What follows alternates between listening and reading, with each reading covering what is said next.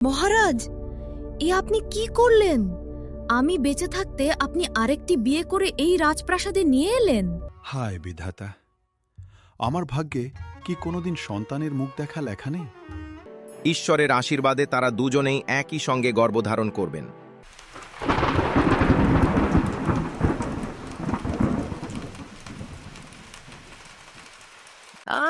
ও মা গো, আমি আর পারছি না। দাইমা, আমাকে বাঁচাও।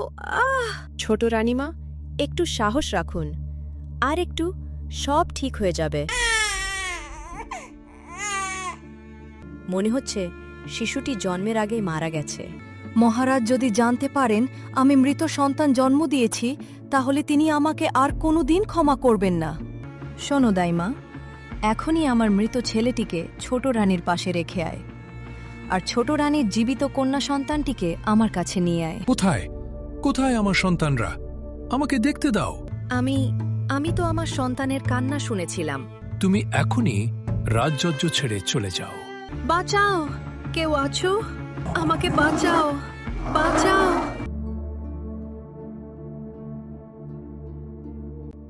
কালো শক্তি, এসো কাছে। রক্তের শক্তি আমার হাতে। মায়ার বাঁধন খুলে যাক, অভিশাপ আজ দূরে যাক। মা, ও মা, আমি আর কতদিন এভাবে বানর হয়ে থাকবো? আমি আপনাকে নিজের মায়ের মতো বিশ্বাস করেছিলাম।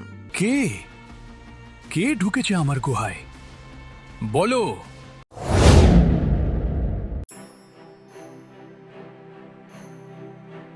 হায় ঈশ্বর, এবার আবার কোন বিপদে ফেললে আমাকে?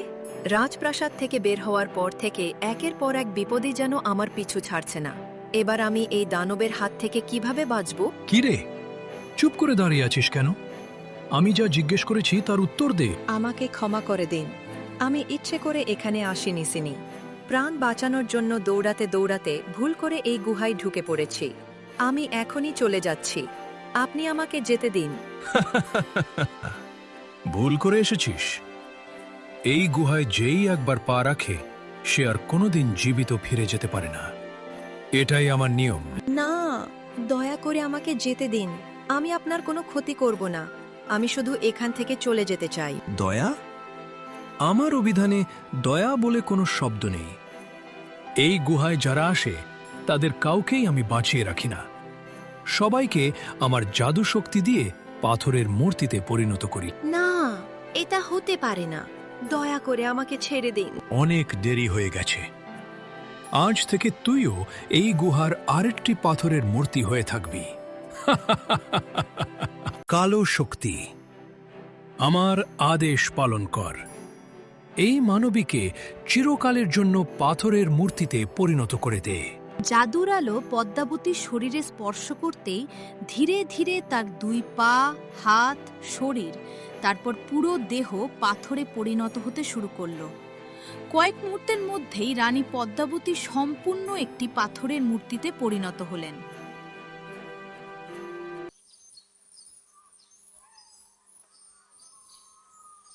এদিকে রাজপ্রাসাদে আনন্দের বন্যা বয়ে যাচ্ছে। চারদিকে রঙিন ফুল দিয়ে সাজানো হয়েছে পুরো রাজপ্রাসাদ। বাদ্যযন্ত্রের সুরে মুখরিত চারপাশ। আজ রাজ্যের একমাত্র রাজকুমারীর নামকরণ উপলক্ষে বিশাল উৎসবের আয়োজন করা হয়েছে। দূর দূরান্ত থেকে অতিথিরা এসে উপস্থিত হয়েছেন। মৃণালিনী, তুমি আমাকে একটি সন্তান উপহার দিয়ে আমার জীবন পূর্ণ করে দিয়েছ। আজ আমি সত্যি অনেক সুখী। আমার আর কোনো চাওয়া পাওয়া নেই। আমাদের রাজকুমারীকে তুমি খুব যত্ন করে বড় করে তুলবে, আর আজ থেকে এই রাজ্যে তোমার সম্মান আরও বেড়ে গেল। তোমার প্রতিটি কথাকেই আমি গুরুত্ব দিয়ে শুনব। এই দিনটারই তো আমি অপেক্ষায় ছিলাম।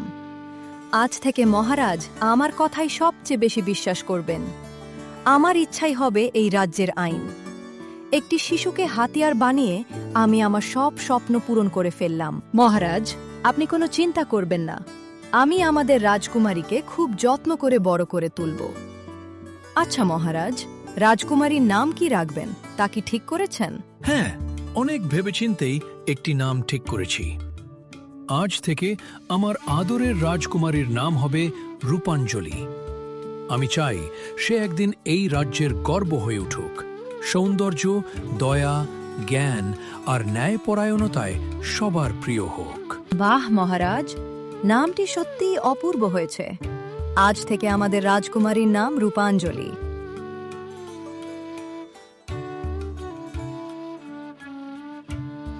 দেখতে দেখতে কেটে গেল দীর্ঘ 10টি বছর। ছোট্ট রাজকুমারী রূপাঞ্জলি এখন 10 বছরের এক ফুটফুটে কিশোরী। তার রূপ, মায়া আর কোমল ব্যবহারে রাজ্যের সবাই তাকে খুব ভালোবাসে। কিন্তু এত সুখ সম্মানের মাঝেও তার মনে সব সময় এক অদ্ভুত শূন্যতা কাজ করত। ছোটবেলা থেকেই রূপাঞ্জলি মায়ের স্নেহ, আদর আর ভালোবাসার অভাব অনুভব করত। রানী মৃণালিনী তাকে নিজের মেয়ে পরিচয়ে বড় করলেও কখনোই সত্যিকারের মায়ের স্নেহ দেননি। আর রাজকুমারী রূপাঞ্জলি জানতও না যে নারীকে সে নিজের মা বলে ডাকে তিনি আসলে তার জন্মদাত্রী নন। মা, আপনাকে একটা কথা বলবো। খেতে বসে আবার কি বলবে রাজকুমারী? বলো। মা, আজ আমার খুব ইচ্ছে করছে আপনার হাত দিয়ে খাবার খেতে। ছোটবেলা থেকে কখনোই তো আপনি আমাকে নিজের হাতে খাইয়ে দেননি। আজ কি আমাকে একটু নিজের হাতে খাইয়ে দেবেন? রূপাঞ্জলি, এখন তুমি আর ছোট নেই, যথেষ্ট বড় হয়ে গেছ। বাচ্চাদের মতো এসব আবদার মানায় না। চুপচাপ নিজের হাতে খেয়ে নাও। আমার এত সময় নেই যে তোমাকে বসে খাইয়ে দেব। রাজ্যের অনেক গুরুত্বপূর্ণ কাজ আছে। মা, আপনি সবসময় এমন করেন কেন? আপনি তো আমার মা। সবাই বলে সন্তানের বয়স যতই হোক মায়ের কাছে সে সবসময় ছোটই থাকে। তাহলে আপনি কেন আমাকে কখনো আদর করেন না? কখনো নিজের হাতে খাইয়ে দেন না? কখনো মাথায় হাত বুলিয়ে দেন না? আমি কি কোনো ভুল করেছি মা? আপনি কি আমার ওপর রাগ করে আছেন, নাকি আপনি আমাকে ভালোবাসেন না? রূপাঞ্জলি, তোমার এসব প্রশ্নের উত্তর আমার কাছে নেই। অকারণে আর কথা বাড়িও না। চুপচাপ খাওয়া শেষ করো, আমার অনেক কাজ আছে। এই বলে মৃণালিনী কোনো দিকে না তাকিয়েই সেখান থেকে চলে গেলেন। মা, তুমি আমার সঙ্গে সবসময় এমন আচরণ করো কেন? আমি তো তোমার একমাত্র মেয়ে, তবুও তুমি আমাকে কখনো আদর করো না, একটু ভালোবেসে কথা বলো না। আমি কি সত্যিই এতটাই খারাপ? হে ঈশ্বর, আমি কি সত্যিই আমার মায়ের এত অপছন্দের?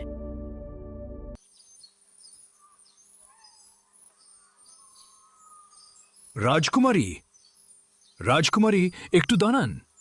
আপনি একা একা কোথায় যাচ্ছেন? কি হয়েছে সেনাপতি? এভাবে আমাকে থামালেন কেন? ক্ষমা করবেন রাজকুমারী, কিন্তু আপনাকে একা বের হতে দেখে চিন্তা হলো আপনি কোথায় যাচ্ছেন। বিশেষ কোথাও নয়। প্রতিদিন রাজপ্রাসাদের ভেতরে থাকতে থাকতে আমার আর ভালো লাগছে না, তাই ভাবলাম আজ একটু বাইরে ঘুরে আসি। নিশ্চয়ই রাজকুমারী, কিন্তু আপনার নিরাপত্তার কথা ভেবে বলছি আপনার সঙ্গে কয়েকজন সৈন্য পাঠিয়ে দিই। বর্তমান সময়ে সতর্ক থাকাই ভালো। যদি পথে কোনো বিপদ আসে। না সেনাপতি, আজ আমি একাই যেতে চাই।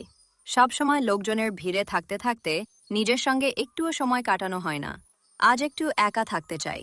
আপনারা কেউ আমার সঙ্গে আসবেন না, চিন্তা করবেন না, আমার কিছু হবে না। আচ্ছা রাজকুমারী, তবে সাবধানে যাবেন আর যত তাড়াতাড়ি সম্ভব রাজপ্রাসাদে ফিরে আসবেন। ঠিক আছে সেনাপতি, আমি বেশি দূরে যাব না। রাজকুমারীর মুখে আজও সেই বিষণ্ণতার ছাপ। কত চেষ্টা করি তাকে হাসি খুশি দেখতে, কিন্তু তিনি যেন দিন দিন আরও নীরব হয়ে যাচ্ছেন। হে ঈশ্বর, আমাদের রাজকুমারীকে সব বিপদ থেকে রক্ষা করো।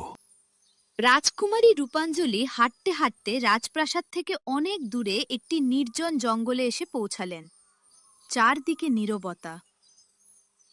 তিনি একটি বিশাল গাছের নিচে গিয়ে একা বসে পড়লেন।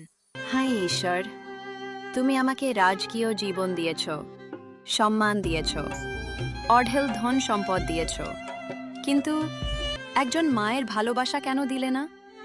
আমার মা আমাকে এত অবহেলা করেন কেন? আমি কি এমন অপরাধ করেছি? হে ঈশ্বর! রূপাঞ্জলির চোখ দিয়ে টপ টপ করে জল পড়তে লাগলো। হঠাৎ একটি অচেনা কণ্ঠ ভেসে এলো। কে কে তুমি? এখানে কেন এসেছ? এখনই চলে যাও, এখানে এক মুহূর্ত দাঁড়িয়ে থেকো না। রূপাঞ্জলি চমকে উঠে চারদিকে তাকাতে লাগলেন। চারদিকে অনেক খোঁজার পরও তিনি কাউকে দেখতে পেলেন না। কে কে কথা বলছে? আমি তো কাউকে দেখতে পাচ্ছি না। তুমি এখনো চলে যাওনি কেন? ওই দানব যদি তোমাকে দেখে ফেলে তাহলে তোমাকেও পাথরের মূর্তি বানিয়ে দেবে। পালিয়ে যাও, এখনই পালাও। আবার সেই কণ্ঠ। কিন্তু এখানে তো এই পাথরের মূর্তিগুলো ছাড়া আর কেউ নেই। তাহলে আপনি কি এই পাথরের মূর্তিটাই কথা বলছেন? হ্যাঁ মেয়ে, তুমি ঠিকই বুঝেছ, আমিই কথা বলছি। কিন্তু এটা কিভাবে সম্ভব? আপনি তো একই পাথরের মূর্তি। না মেয়ে, আমি জন্ম থেকে পাথরের মূর্তি ছিলাম না। একসময় আমিও তোমার মতো একজন মানুষ ছিলাম, কিন্তু এই জঙ্গলের ভয়ঙ্কর দানব তার জাদু শক্তি দিয়ে আমাকে পাথরের মূর্তিতে পরিণত করেছে। আজ 10 বছর ধরে আমি এভাবেই এই জঙ্গলে বন্দী হয়ে আছি। কি বলছেন? 10 বছর ধরে? হ্যাঁ, তাই বলছি। তুমি আর এক মুহূর্তও এখানে থেকো না। এই জঙ্গল খুবই ভয়ঙ্কর। দানব যদি তোমাকে দেখে ফেলে তাহলে তোমার পরিণতিও আমার মতোই হবে। আমি চলে যাব ঠিকই, কিন্তু আপনাকে এইভাবে বিপদে ফেলে রেখে কিভাবে চলে যাই? আপনি কি আর কোনোদিন মানুষের রূপে ফিরে আসতে পারবেন না? পারবো, তবে সেই আশা প্রায় শেষ হয়ে গেছে। আমার জন্য নিজের জীবন বিপদে ফেলবে এমন সাহসী মানুষ আজ পর্যন্ত কেউ আসেনি। আপনি চিন্তা করবেন না, আমি আপনাকে সাহায্য করব। আপনি শুধু বলুন কি করলে আপনি আবার মানুষের রূপে ফিরে আসবেন। না মেয়ে, তুমি এখনো অনেক ছোট। আমার জন্য নিজের জীবন ঝুঁকিতে ফেলো না। তুমি এখান থেকে চলে যাও। না, আমি আপনাকে এভাবে রেখে কোথাও যাব না। রূপাঞ্জলির সাহস আর আন্তরিকতা দেখে মূর্তিটি কিছুক্ষণ নীরব রইল। তারপর ধীরে ধীরে কথা বলতে শুরু করল। আচ্ছা, যেহেতু তুমি এত জোর করছো তাহলে শোনো। এই জঙ্গলের দক্ষিণ দিকে একটি অন্ধকার গুহা আছে। সেই গুহাতেই ওই ভয়ঙ্কর দানবের বাস। দানব দিনের বেলা গভীর ঘুমে থাকে আর রাত হলে জেগে ওঠে। গুহার ভেতরে একটি জাদুর পানি ভর্তি পাত্র লুকিয়ে রাখা আছে। যদি সেই জাদুর পানি এনে আমার শরীরে ছিটিয়ে দিতে পারো তাহলে আমি আবার মানুষের রূপে ফিরে আসব। তাহলে আর দেরি কেন? এখন তো দিন, নিশ্চয়ই দানব ঘুমিয়ে আছে। আপনি কোনো চিন্তা করবেন না, আমি এখনই গুহায় গিয়ে সেই জাদুর পানি নিয়ে আসছি। আজই আপনাকে এই অভিশপ্ত জীবন থেকে মুক্ত করব। যাও, তবে খুব সাবধানে। কোনোভাবেই যেন দানবের ঘুম না ভাঙে। একবার যদি সে জেগে ওঠে তাহলে তোমাকেও পাথরের মূর্তি বানিয়ে দেবে। আপনি আমাকে নিয়ে চিন্তা করবেন না, আমি খুব সাবধানে যাব। ঈশ্বর চাইলে আমি সফল হয়েই ফিরব। রাজকুমারী রূপাঞ্জলি সাহস করে দানবের গুহার ভেতরে ঢুকে পড়লেন। চারদিকে গভীর অন্ধকার। গুহার ভেতর শুধু দানবের ভারী নিঃশ্বাসের শব্দ প্রতিধ্বনিত হচ্ছে। কিছুদূর এগিয়ে তিনি দেখলেন বিশাল আকৃতির সেই ভয়ঙ্কর দানবটি গভীর ঘুমে আচ্ছন্ন। তার বিকট নাক ডাকার শব্দে পুরো গুহা কেঁপে উঠছে। হে ঈশ্বর, তুমি আমাকে সাহস দাও, যেন কোনোভাবেই দানবের ঘুম না ভাঙে। গুহার এক কোণায় হঠাৎ তার চোখে পড়ল সোনালি আলোয় ঝলমল করা একটি পাথরের পাত্র। পাত্রটির ভেতর নীলাভ জাদুর পানি চিকচিক করছে। এটাই নিশ্চয়ই সেই জাদুর পানির পাত্র। তিনি চারদিকে একবার তাকালেন। দানব তখনও গভীর ঘুমে। সুযোগ বুঝে রূপাঞ্জলি আলতো করে পাত্রটি তুলে নিলেন। তারপর নিঃশব্দে গুহা থেকে বেরিয়ে এলেন। আমি ফিরে এসেছি, দেখুন আমি জাদুর পানির পাত্র নিয়ে এসেছি। কি, তুমি সত্যিই পেরেছো? আমি তো ভাবতেই পারিনি কেউ এত বড় ঝুঁকি নিতে পারবে। আর দেরি নয়, এবার আপনি মুক্ত হবেন। এই বলে রূপাঞ্জলি ধীরে ধীরে জাদুর পানিটি পাতাথুরের মূর্তির গায়ে ছিটিয়ে দিলেন। মুহূর্তের মধ্যে অলৌকিক ঘটনা ঘটতে শুরু করল। মূর্তিটির শরীর থেকে পাথরের আবরণ একে একে ভেঙে পড়তে লাগল। চারদিকে উজ্জ্বল আলো ছড়িয়ে পড়ল। কয়েক মুহূর্তের মধ্যেই পাথরের মূর্তিটি আবার একজন জীবিত মানুষে পরিণত হল। এই তো আমি আবার মানুষের রূপে ফিরে এলাম। হে ঈশ্বর, অবশেষে তুমি আমার প্রার্থনা শুনেছ। মা, তোমাকে আমি কি বলে ধন্যবাদ দেব? তুমি আজ আমাকে নতুন জীবন ফিরিয়ে দিয়েছ। তোমার এই উপকার আমি কোনোদিন ভুলতে পারবো না। তোমাকে অসংখ্য ধন্যবাদ মা। আরে, আপনি আমার গুরুজন হয়ে আমাকে ধন্যবাদ দিচ্ছেন কেন? আমাকে ধন্যবাদ দিতে হবে না। আচ্ছা, আপনার কি কোথাও যাওয়ার জায়গা আছে? এখন আপনি কোথায় যাবেন? না মা, আমার কোথাও যাওয়ার কোনো জায়গা নেই। এই পৃথিবীতে আমার আপন বলে আর কেউ নেই। আহারে, মানুষটা কতটা অসহায়। ওনাকে দেখে আমার খুব মায়া হচ্ছে, কিন্তু আমি তো ওনাকে রাজপ্রাসাদে নিয়ে যেতে পারবো না। মা জানতে পারলে খুব রাগ করবেন, আবার অশান্তি করবেন। কি যে করি। আরে, আমাদের তো জঙ্গলের পাশেই একটা পুরনো বাংলো আছে, সেখানে তো প্রায় কেউই যায় না। ওনাকে যদি সেখানে থাকার ব্যবস্থা করে দিই, তাহলে অন্তত নিরাপদে থাকতে পারবেন। আচ্ছা, আপনি কোনো চিন্তা করবেন না, আমি আপনার থাকার একটা ব্যবস্থা করে দিচ্ছি। চলুন, আমার সঙ্গে আসুন। আচ্ছা মা, চলো।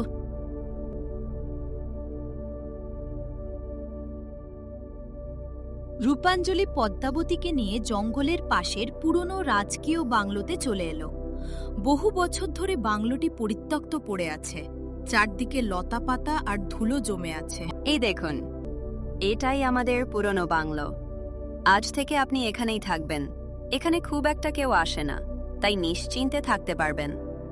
জানি জায়গাটা অনেক পুরনো আর ভাঙাচোরা, আপনার হয়তো একটু কষ্ট হবে, তবুও দয়া করে কিছুদিন কষ্ট করে মানিয়ে নেবেন।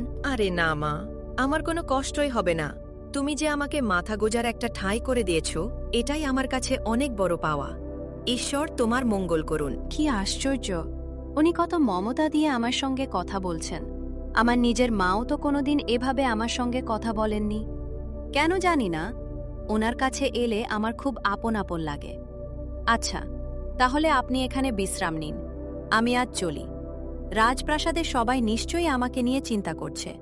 আমি আবার অন্য একদিন আপনার সঙ্গে দেখা করতে আসব। ঠিক আছে মা, সাবধানে যেও। ঈশ্বর সব সময় তোমার সহায় হন।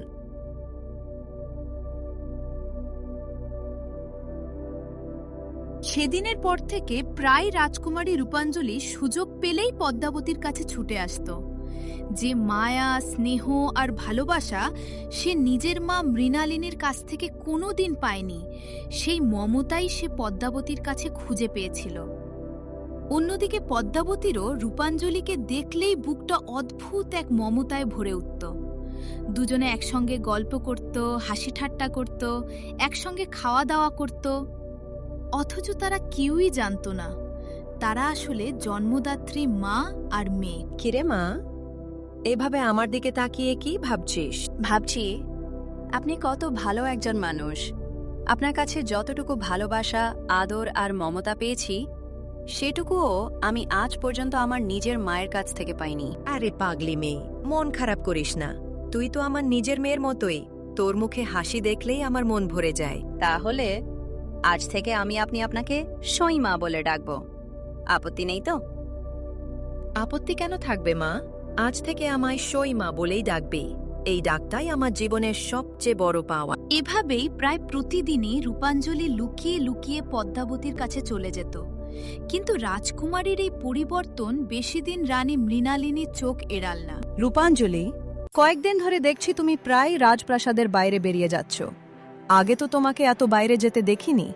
বল তো, প্রতিদিন কোথায় যাও? মা, সারাদিন রাজপ্রাসাদের ভেতরে থাকতে থাকতে আমার দম বন্ধ হয়ে আসে, তাই একটু বাইরে ঘুরে আসি। এর বেশি আর কিছু নয়। আচ্ছা, ঠিক আছে, তুমি এখন নিজের কক্ষে যাও। না, বিষয়টা মোটেও স্বাভাবিক মনে হচ্ছে না। রূপাঞ্জলি প্রতিদিন কোথায় যায় সেটা আমাকে জানতেই হবে।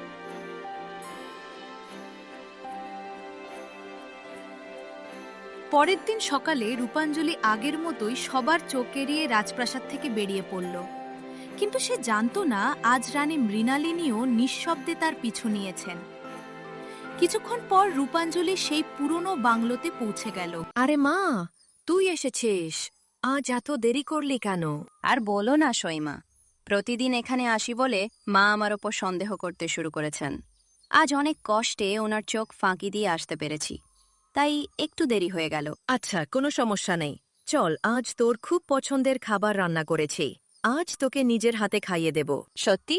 চলো সইমা, আজ তোমার হাতের খাবার পেট ভরে খাবো। অন্যদিকে বাংলোর বাইরে লুকিয়ে দাঁড়িয়ে সব কিছু দেখছিল রানী মৃণালিনী। হঠাৎ পদ্মাবতীকে দেখে তার চোখ বিস্ময়ে বড় হয়ে গেল। এ আমি কি দেখছি? এ তো পদ্মাবতী। কিন্তু ও ও এখানে কি করছে? আর রূপাঞ্জলি ওর কাছে এলো কিভাবে? না, এটা ভালো লক্ষণ নয়। যদি কোনোভাবে ওরা জানতে পারে যে ওরা আসলে মা আর মেয়ে, তাহলে আমার এত বছরের সব পরিকল্পনা মুহূর্তের মধ্যেই শেষ হয়ে যাবে। না, তার আগেই আমাকে কিছু একটা করতেই হবে। মৃণালিনীর চোখে তখন ভয় আর ষড়যন্ত্রের আগুন জ্বলতে শুরু করল। বন্ধুরা, রানী মৃণালিনী তো রূপাঞ্জলি আর পদ্মাবতীকে একসঙ্গে দেখে ফেলেছে। এখন নিজের গোপন সত্য লুকিয়ে রাখতে সে কি ভয়ঙ্কর পদক্ষেপ নেবে? আর মা মেয়ে কি কোনোদিন জানতে পারবে তাদের প্রকৃত পরিচয়? এইসব প্রশ্নের উত্তর জানতে হলে পরের পর্ব পর্যন্ত আমাদের সঙ্গেই থাকুন। আর আজকের পর্বটি আপনাদের কেমন লাগলো তা অবশ্যই কমেন্ট করে জানাবেন। ধন্যবাদ বন্ধুরা।